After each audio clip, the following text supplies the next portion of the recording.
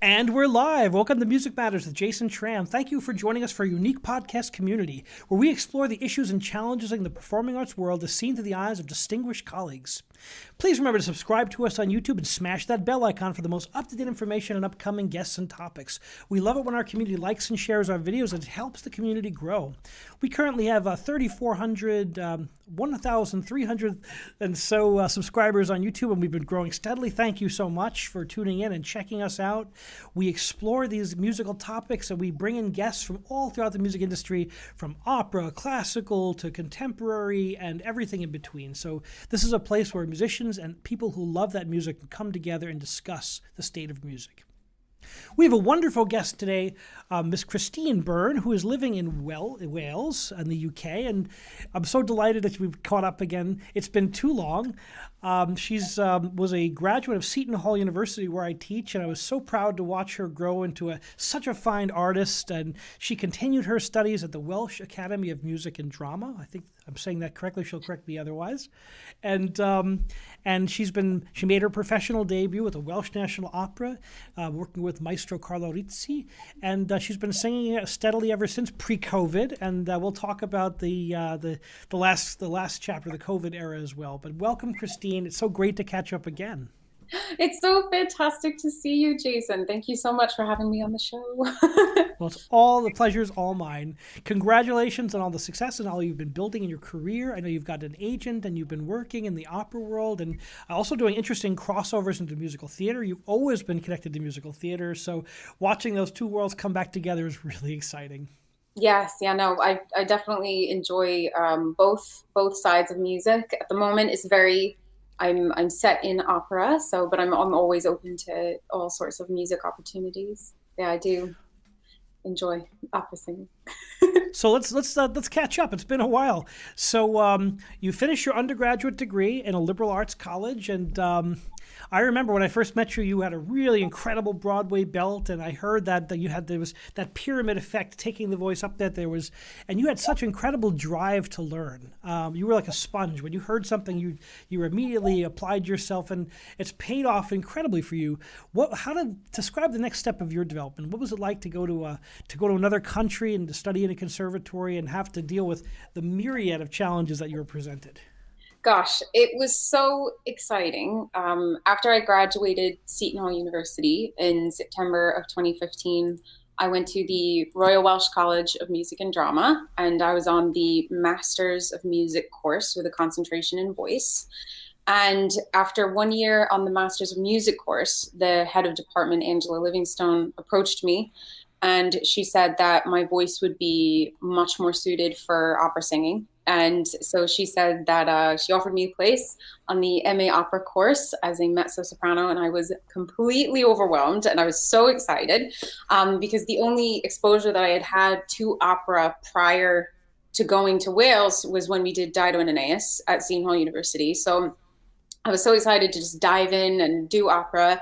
And it's just, gosh, there was so much to learn, different language IPAs, different conductors, different composers, so many different operas, so much different music. And so in the 2 years that I was on the MA opera course, I had a fantastic group of classmates from all over the world. Some of my classmates were from the Congo, Romania, India, Ireland, Wales, all over the place. And I'm still friends with all of them. And watching them on their musical journeys has been so exciting. And I've been in contact with some of them throughout the pandemic. And so that's been exciting to see where they're all going. And That's so exciting. The one thing I love about the opera field and all the conducting I've done is the camaraderie you make with people from all over the world.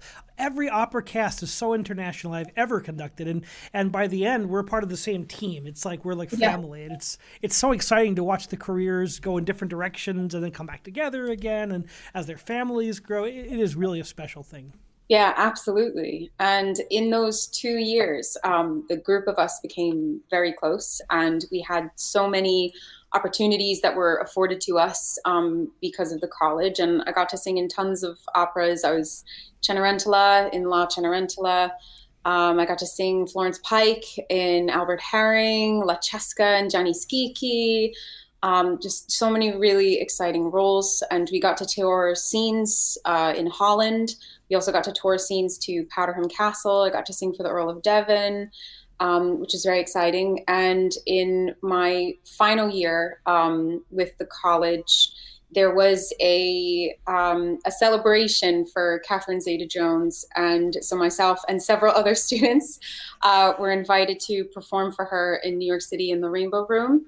So that was incredibly exciting to work with a lot of other students and artists in the college to celebrate her and to sing for her. And gosh, she's wonderful. And so that was very exciting. And I also got to, with my classmates, I got to sing with Welsh National Youth Opera, BBC National Chorus of Wales, and I also got to play Sister Lillian in Welsh National Opera in Dead Man Walking, and I covered Sister Helen for Welsh National Opera as well with Dead Man Walking while I was at the college. So I had some really fantastic experiences while getting my master's degree at the Royal Welsh College of Music and Drama. And so what was it like studying in this wonderful environment, surrounding yourself? It's so different. Everyone comes at an opera career from a different angle. I love the stories. There's no one way to make it. It's so fascinating to me. I've had so many singers on this show who some much older than you, that the careers go in such different directions. And you coming from a liberal arts background, then having to jump into the conservatory fray, and it's very different than someone who comes from the conservatory system. How did you adapt to that? Oh my goodness, it was out of the frying pan and into the fire. There was so much that I had to learn, and I would spend hours when I first started in the Masters of Music, and then on my first year on the opera course, I would spend hours, sometimes 2-3 more hours, singing or looking through my music and thinking about all these different, like, complicated rhythms, coloratura, and how the composer wanted the piece to be sung, different colors to be implemented into the arias. All these things that, when coming from musical theater, emotions and portraying them are very important, but musical theater is primarily in English. And so diving into a conservatory setting where I've had to sing in Welsh, French, German, Spanish, Russian, Italian, all these different languages, and learning all the different IPA. And we had tons of classes on IPA in all of these languages and perfecting all of our singing. But it was definitely, it was a lot of work, but I was very determined in order to put the hours in order to be the best artist that I could be, and continue to do so. But yeah, it was a huge learning curve. Lots of hours. It certainly prepares you for the rigors of a career in the music industry, right? Which you're always going to be learning, always going to be expanding and learning new roles. One thing that people they may not realize, is that in a singer's career, singers are always cycling new roles in and taking older roles out. So they never stop learning, ever.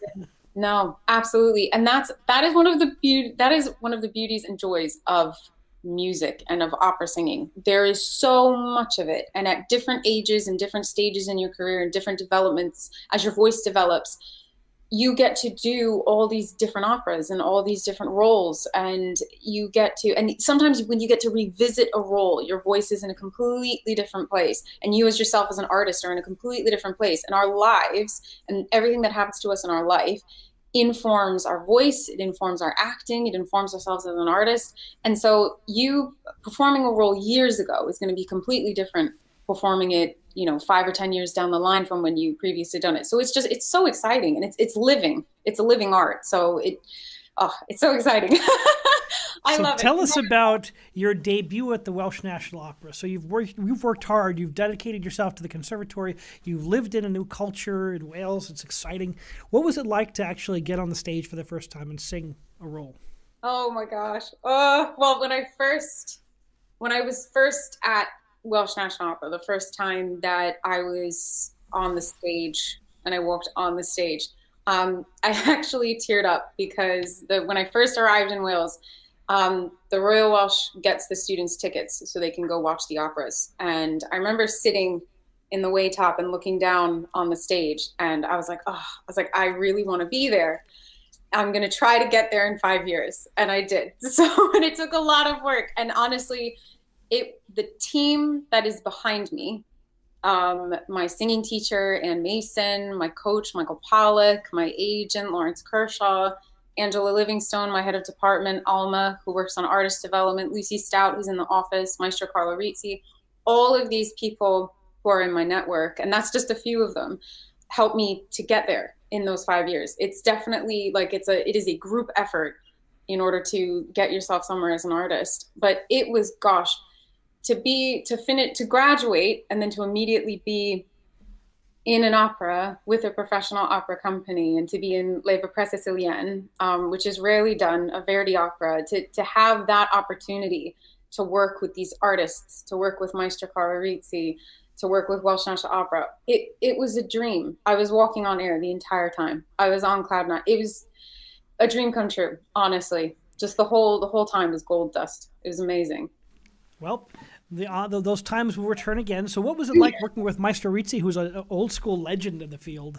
Oh my goodness. Maestro Carlo Rizzi is an incredibly amazing artist and man. And he is so encouraging of young artists. And he really loves to get into the details of the music with you as an artist. And if you have any questions, he has unlimited patience to talk to you through the music. Always asking, where, if you need help with something, always will, like, and just the best thing is when you're dealing with these industry giants, listen, open your ears, be a sponge, listen to everything that they have to say, because they have so much knowledge and so much experience, and getting to work with them is just, gosh, it's incredible. But he's wonderful. I love Maestro Carlo Rizzi. He's fantastic. I was so lucky to work with him on my first opera. And also I worked with him several times in the college, and that was how I got to know him and how I was cast in Leva Presa Sicilienne. So yeah, he's fantastic. I'm so glad to hear that. Certainly a legend in the field. I've heard his recordings, and when I heard that you were in a production with him, I'm like, that is so cool that someone I worked with all those years ago is on the stage working with the giants of the industry. It makes me feel so great. So once you get, like, I know for me, whenever I've been on a big stage and I'm nervous backstage, and I get to actually work, and then we just do our job that we're trained to do. It's like the rest just fades away. But pre-show can be quite intimidating. Yes. Oh my goodness. Every night before every show, I would get to the venue at least 2 hours and an hour and a half early. And I would, because there's hair, makeup, costume, but also warming up vocally, drinking tons of water. And everyone has their own things, whether they drink water, they drink tea, hot water, lemon water, whatever it is. But just getting myself in the zone that I need to perform. And I would always I'd hear the intercom would come over and they would tell us, when the show was about to start.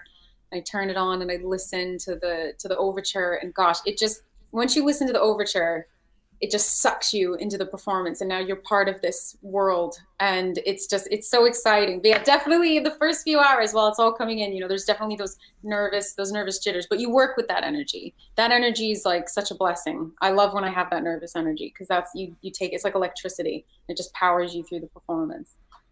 You mentioned that you're part of a team, and I think that's so important. Having a career in the arts really is not a solo endeavor. You're part of a much larger operation. There's so many parts of the industry. How did you get your first agent, and how does that help you to become a better artist?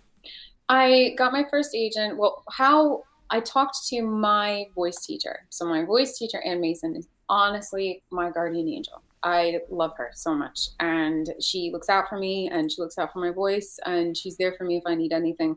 And so again, something that you always taught me is ask questions. And so because she had been in the industry and is still in the industry and has an amazing voice, I asked her, how do I get an agent? What do I do? How do I go about it? And she said, reach out to them. She said, reach out to them, say, would you like to come see me in a performance? Send them a recording, send them a video. And she said, get them tickets to come to a performance. And she said that you very much have to, nowadays, push yourself forward as an artist. And she said, you need to be brave and you need to put yourself out there and be confident in your abilities and be confident in what you can do.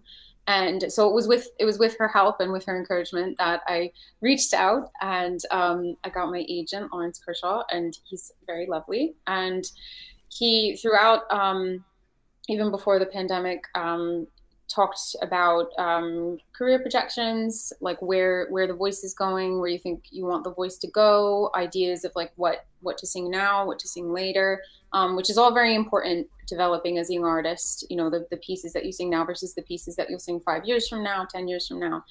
And then throughout the pandemic, he's been fantastic as well. He's contacted all of us as artists and has given us all the information necessary, all the government information, any updates that he has on the industry, getting performances here and there for artists when he can, because everyone at the moment is feeling the pandemic at the moment. But yeah, he's fantastic, and honestly, such a fantastic resource. And again, huge knowledge about the industry, and also just fantastic for questions and things like that. Yeah. So let's go into the COVID period. So COVID hits. What's the state of the arts in the UK right now, in Wales, particularly where you live? So currently there have been, because we've had openings and closings. So they've opened and then they've locked us down again, and then we've opened and locked us down again. So there's been several musical developments. There's been a lot of online performing. So I know the college, a lot of my friends are still in college, and so I know the Royal Welsh is doing virtual performances, and so there's been a lot of what a lot of companies have been doing is they'll form a bubble with their artists or with their students, and there'll be a lot of virtual performances. And so in order just to keep the music going, or a lot of it is via Zoom or online through Skype.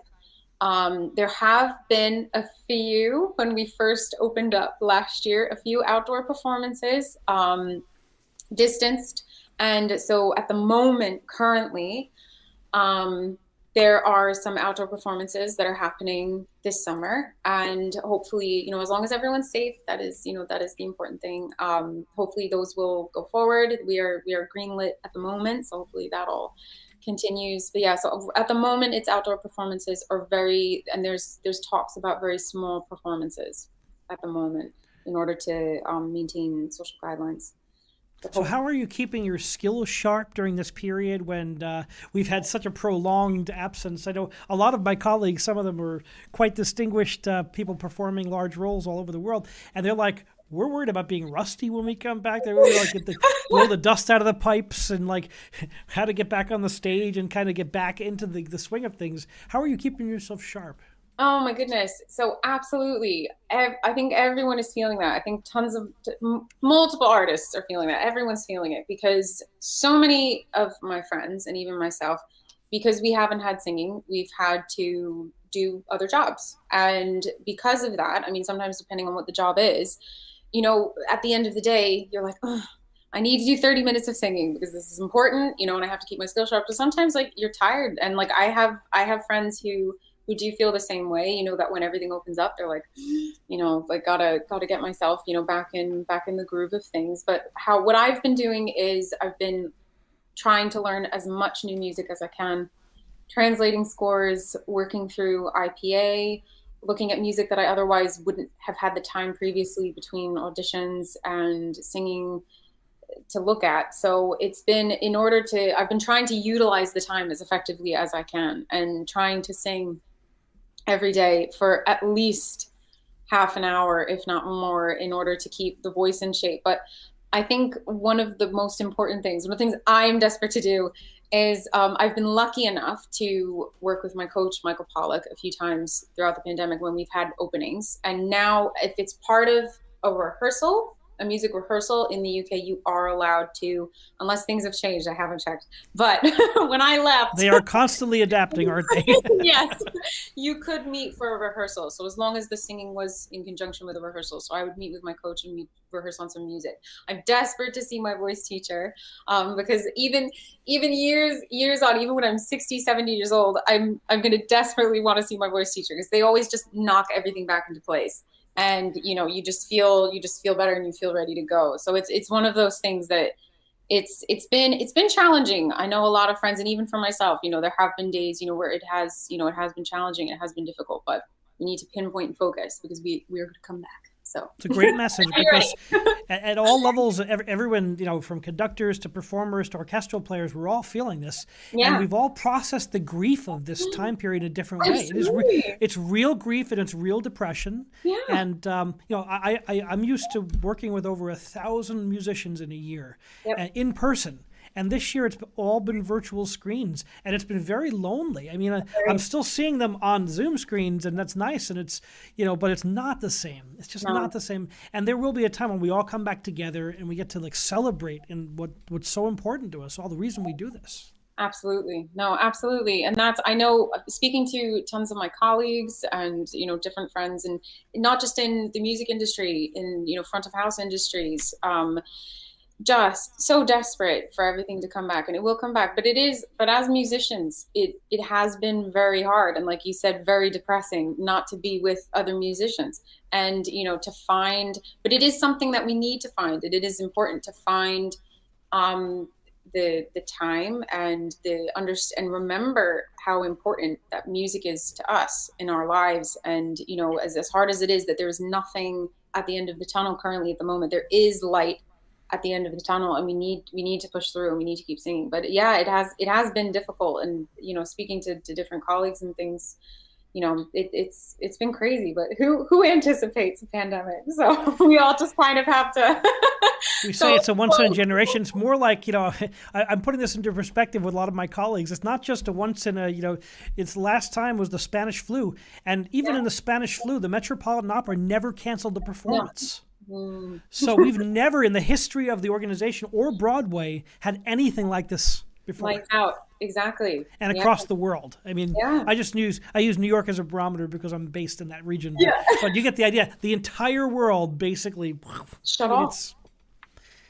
And it reminds us all as artists that, in some ways we're not, quote unquote, non-essential, but on the other ways, what we've seen after massive times of internet, like major human struggle, is that art comes pouring out. Absolutely. Because we have to deal with these emotions. Yeah, absolutely. And I can see within colleagues within the industry, all of these emotions and all of this art that is just waiting just to come out it's going to be amazing when everything opens up again. But yeah, it was one of those things that a lot of, especially last year, when we didn't know about vaccinations and things, we had the government coming out saying that we needed to retrain. And how can you justify telling an industry to retrain? You would never say that about any other profession. And so, I think it's ignorant, and how much work and energy goes into being a live performer and goes into being a live musician. And so the years that we put in, the hours that we put in, and the art that we make is in everything. It's in Netflix. It's in the music that we listen to on the radio. And I think that, as much as, like you said, the arts isn't considered one of the viable industries, during the pandemic, we provide so much. We provide so much culture, happiness, emotion, empathy in the world. And to tell people to retrain is just horrible. So, but people, heartbreaking for a lot of colleagues. Yeah, we've seen, we've seen people. We were talking before the show that so many of our colleagues have taken jobs way outside of what our normal artistic pursuits may be. But I've had this conversation with multiple older generation artists or more mature artists, and they would talk about, just because you're not making art right now doesn't mean you're not an artist. No. You're always an artist, no matter what you're doing. Always. Absolutely. And I know so many of my colleagues and friends, anytime, and this isn't just musicians, but I find that musicians and artists in general, anytime that there is a charity that needs help, anytime that there's a movement, always, can I sing something? Can I play my instrument for it? Can I lend a helping hand? Artists and musicians are the first always to jump at these things. And so in and I think that is the artist that is in everyone. And there is an artist in everyone. But it is one of those things that we have to take these skills that, we have these incredible interpersonal and empathetic skills that we develop because of music and because of performing into these other industries. And I've had tons of friends who've done things like construction, asparagus farming, working in different stores and things like that. And just saying that it is exciting. They enjoy learning a new skill, but there is a fire in them now to come back, into the industry once everything opens up. But it's one of those things that, again, being an artist and being a musician, we are incredibly resilient, and we've always been an incredibly resilient industry and incredibly resilient people. So whatever challenge faces us, whether that is, finding a new job, or whether that is forming a group of people to help with volunteering within your community, an artist or a musician, is they're your go-to. They'll definitely help you with that. But yeah, incredibly resilient people.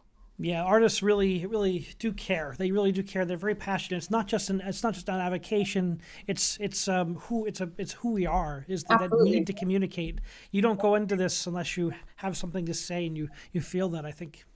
Absolutely, definitely, yeah. And so I've seen a lot of, as much as the pandemic has stopped a lot of live performances. I've seen a lot of art come out of the pandemic. I've had several friends who music matters. I've had several friends who are working on different projects,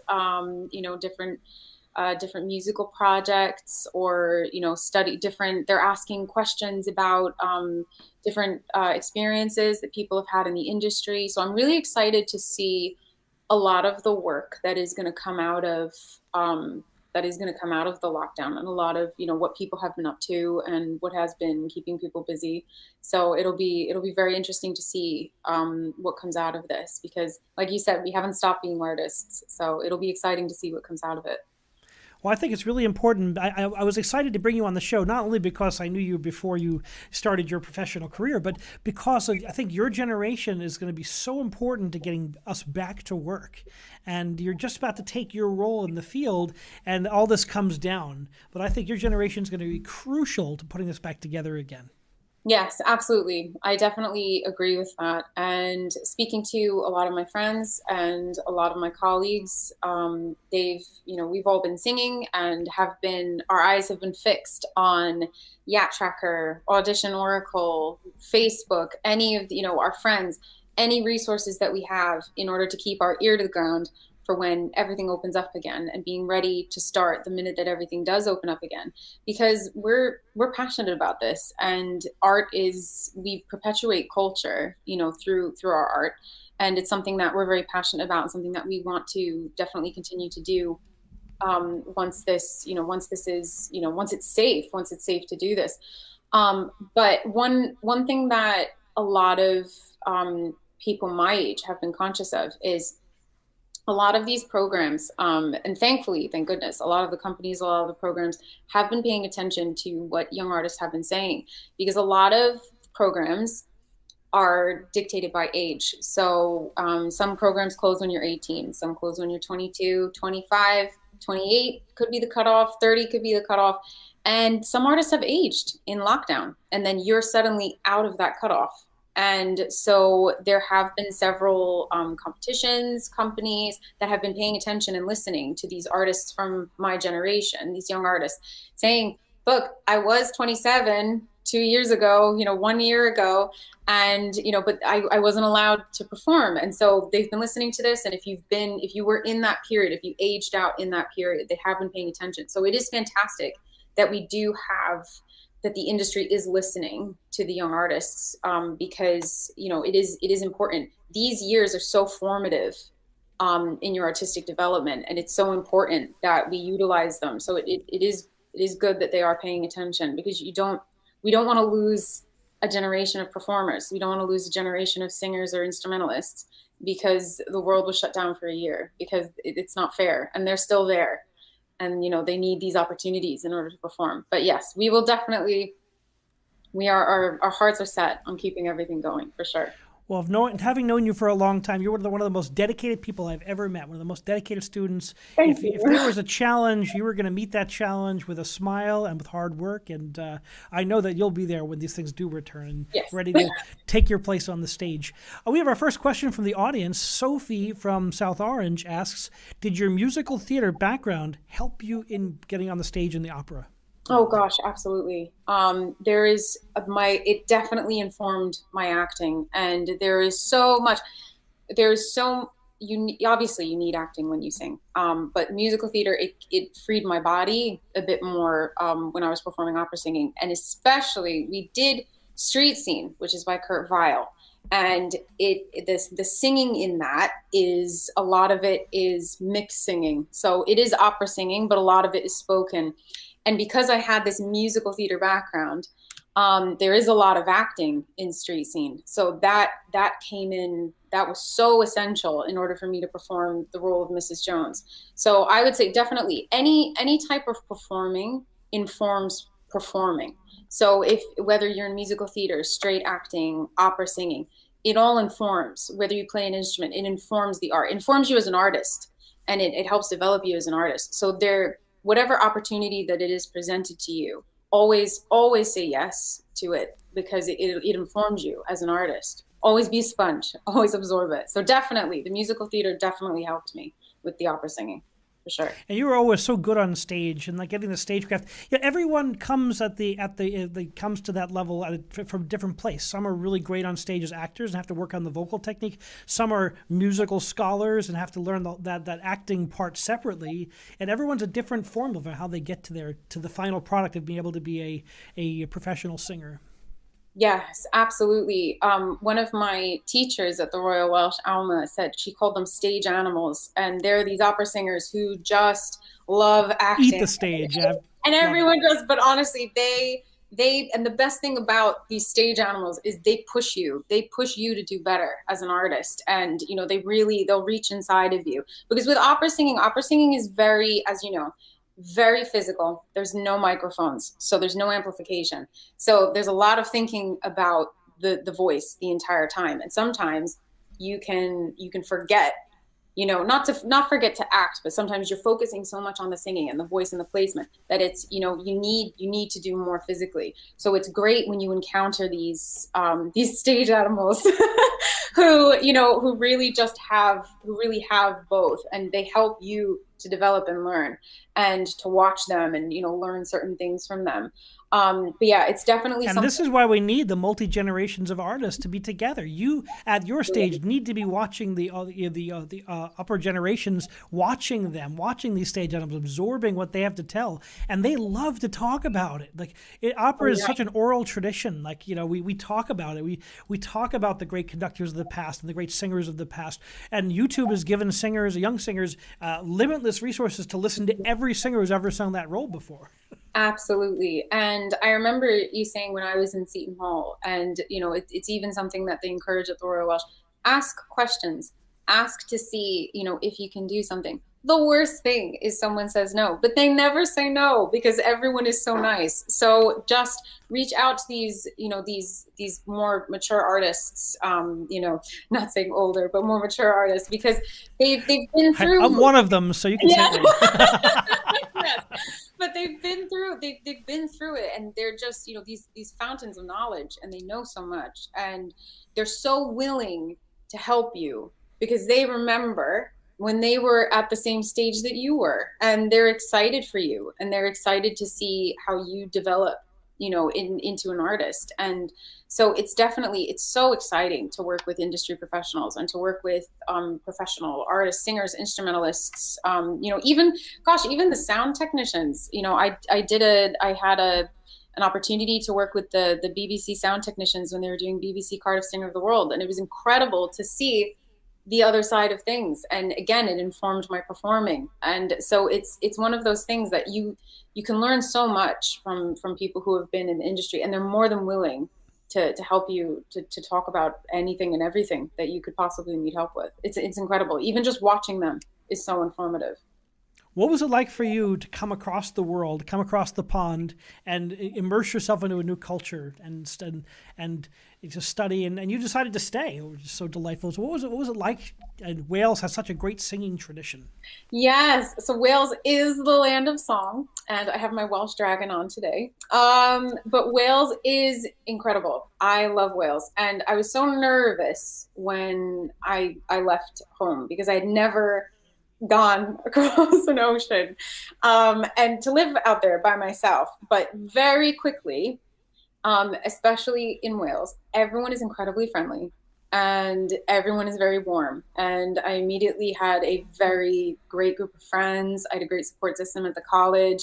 Even just people that you run into in the city are just incredibly friendly. Wales is a very special place. And just, it has incredible culture. To hear Welsh, to sing Welsh, and to see signs written in Welsh, it's incredible. Like the Welsh language is so cool. Honestly, I wish I spoke it. I have friends who speak it. It's amazing to hear them at rehearsals and just like in the streets and stuff. Just like it looks like the alphabet exploded every time I look at a sign. Honestly, it's so cool though, and they have such an incredible culture. Rugby, oh my goodness! But men's choruses, wow, men's choruses. Oh my goodness. And someone told me recently about Welsh in Welsh choruses, the men will jump from different vocal lines. So they'll jump from tenor to baritone to bass, and that's where you get like a Welsh choir sound. And I was like, that is so cool. Honestly, it's amazing.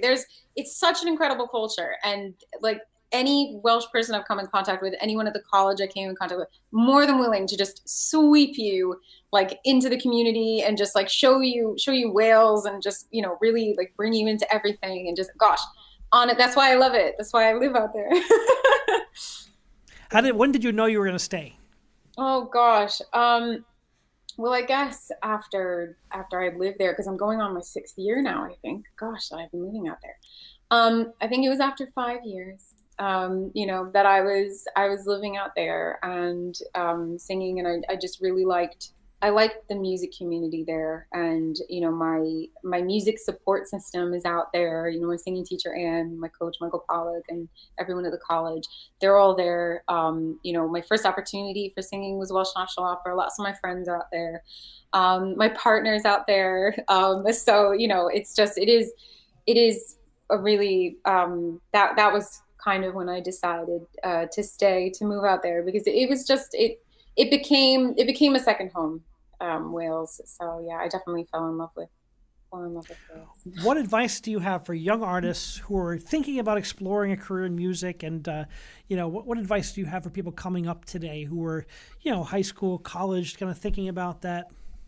I would say do it 100%. Explore it, enjoy singing, pick up an instrument, sing, because any skill that you develop as an artist can be translated into anything else. But I can't emphasize enough that one of the misconceptions I think about the industry is people think that, and it was something that was coming up in newspapers, people think that like all performers, whether that's instrumentalists, singers, things like that, that we have this, constant flow of work, this constant flow of money. And it's not like that. It's it's not like that at all. And it's, how do we invest our millions? God, right? It's one of those things where, you have a job, and then you wait a bit, and then you have another job, and then you wait a bit. And that's something that you learn. And so a lot of my friends are teachers. A lot of my friends are, they do something alongside the singing. A lot of my friends are just singers. A lot of my friends are just instrumentalists.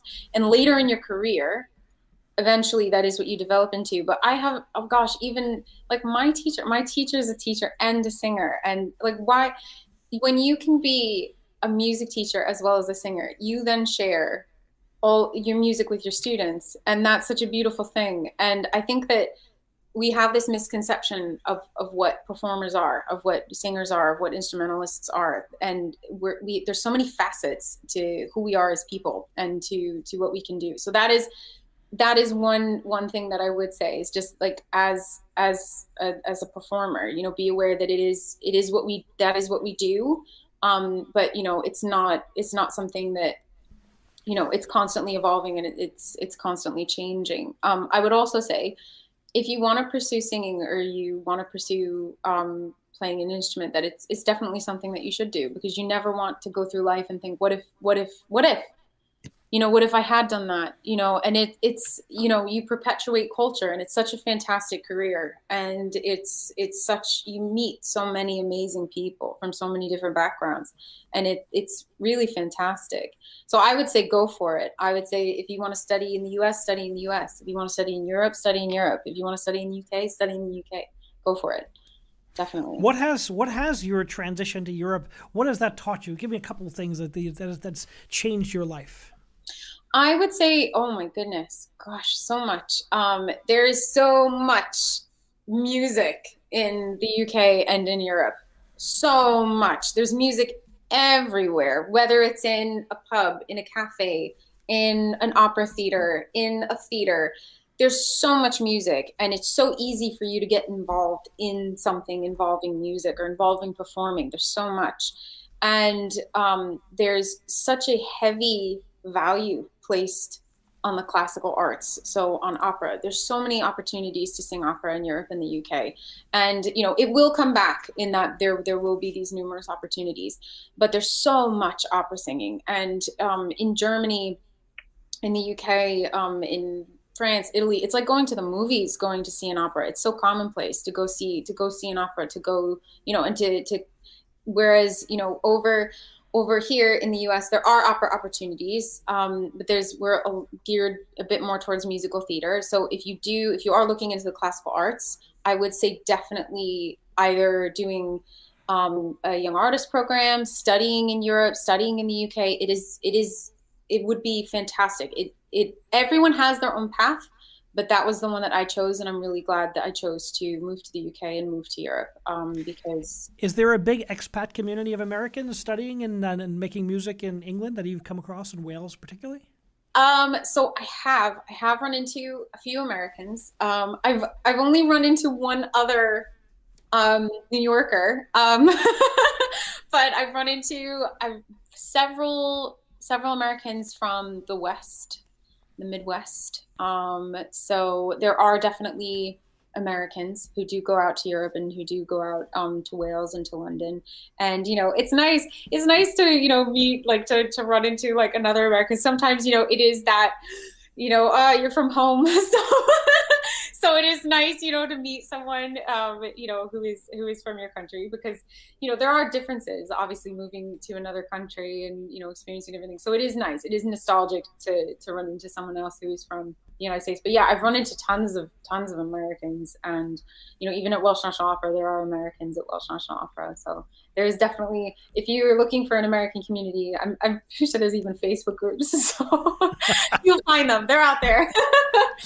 Oh boy, we've been all the Facebook groups. I've joined so many from this for this podcast, getting to know every time I've got like a reggae artist or an artist that is not in my normal sphere of music making. I have to go and learn about their communities and learn about the traditions, and it's been a great source of interest for me. What is the combination, the connection between the classical arts and the more contemporary arts, and the artists? Do you work with artists of those types when you're walking about in Wales? Yeah, absolutely. So when I was working with when we had the event with the college for honoring Catherine Zeta-Jones, it was one of, not the first time, but it was such an incredible experience to work with different students in the college. So we got to work with actors and musical theater performers and dancers, and to see all these different different kinds of performers. And even when we did Dead Man Walking, we had actors in Dead Man Walking. And when I did Sicilian Vespers, we had dancers in Sicilian Vespers. And you get to communicate and talk to these other artists, and watch them and see what they do, and see how that adds to the art form. But definitely there's, especially with modern opera, things like that, there's tons. Gosh, the melding of the arts and the different music types, and different musicians nowadays, it's crazy what's coming out of it. But honestly, it's fantastic. You mix and work with so many different people in the industry, and it's beautiful, honestly, seeing what comes out of it. It's really fantastic. And we're seeing incredible hybridization of opera singers I think have had to, become more inclusive of repertoire. I'm seeing a lot of opera singers who are singing Broadway musical theater repertoire, particularly the Golden Age Broadway repertoire, which is the technique of singing is very similar. So we're seeing a lot of that. Where in the olden days, before my generation, that would have been possibly looked down upon. But now I'm seeing it as a very clear. I'm seeing some singers do other types of projects, explore other genres. It's really quite interesting. Yes, it is. That is one of the things that I did run into when I first moved to the UK is they're referred to as crossover artists. So it's artists who do opera singing as well as musical theater, pop singing. And I have a few friends who are crossover artists. And there are purists. There are still purists in the industry who are like, you are an opera singer, you're a musical theater singer, make up your mind. But it is never the twain shall meet. No. But it is very exciting. It is exciting to see them come together, and and I think as a singer, your voice informs where you fit in the industry, and I think your voice chooses for you. And I think especially with Golden Age Broadway, you can sing, you can definitely be an opera singer and sing Golden Age Broadway. And then there are those very special opera singers who can also sing, Beyonce and also opera singing. And so it's honestly, I think the voice informs like what you can do. And as an artist, it's one of those things that definitely sees it. If you can sing multiple genres, sing as many genres, as you possibly can, because it'll inform your art. But if you are concentrated on one industry, I would aim in that direction. It's so interesting for the Americans. Our first, me included, my generation included, my first exposure to staged musical drama was, of course, musicals. I wanted to be in the musical in high school. I didn't know anything else. So I was, did my school musicals as a kid. I liked to sing. I liked to be on stage. I sang in choirs. And then, and then you get the bug. You maybe have a voice teacher who gives you an aria, and then you start that. I think in Europe, there's much more exposure to the opera at a younger age. So maybe, especially I know my German and Italian counterparts, certainly. But it's interesting. The journey is very different for some. Yeah, absolutely. I definitely agree with that. And that was something that I experienced growing up as well. Like my first exposure to singing was singing in church, and then it was musicals. And so naturally I gravitated towards musicals. And then I found that I really liked My Fair Lady or Carousel. And I was like, I really like these musical theater. And it was the Golden Age musical theater. And then it wasn't until I went to Seton Hall and you were my voice teacher that you were like, try this aria. And I was like, what's an aria? and that was what gave me the bug. That is what gave me the opera bug. And it's one of those things that I really hope catches in the United States, because we have much less exposure to classical music. We have much less exposure to opera singing. And it's because of musicals. But even Joyce Didonato, she started with musical theater singing. So you eventually, if opera is your path, it will find you. I have this is so interesting as a teacher myself. My teacher when I was an undergraduate in college, she was my opera director, and she was wonderful. I mean, just a wonderful director, and she staged the first opera I did, right? And I was just so it was mind blowing for me at the time. And she went on to become the director of education and community programs at Houston Grand Opera, and she just took over the Manhattan School of Music, vocal division. I mean, incredible lady. And same thing for her. She grew up in a small town in Ohio, and she used to do plays in her living room and musical theater, and that got her. And then the opera bug bites, and you get the exposure, and you see this incredible long melodies and emotional drama that can take place on the stage, and you're just hooked. Yep, pulled in. Absolutely. No, definitely. It is the bug. So, Christine, how can people find out more about you? Where can they go to see more about your art and learn more about you?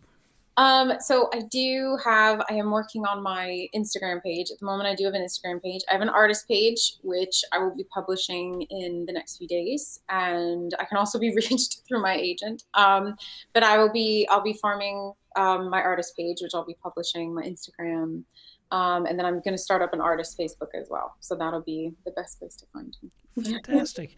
And we'll be looking for that artist page, and we're looking for performances as things start to open up again and you take the stage. Well, keep yourself healthy and keep your trademark passion and excitement ready to go. And it's going to be glorious on the other side when we start these performances again. Absolutely. Very much looking forward to it. Very excited for it. continued blessings and success as your career opens up again. Thank you. You too. Thank you for joining us on Music Matters with Jason Tramm. Please remember to subscribe to us on YouTube and smash that bell icon. Our next show is tomorrow. Very exciting show. Tomorrow at noon Eastern Standard Time, we've got one of the foremost pianists in the Beethoven repertoire in the world, Mr. Stefan Müller, who has recorded all of the sonatas and the concerti and is a professor at the Vienna Conservatory of Music. And I'm delighted that he's going to be on the show. Very exciting. And remember, keep music alive.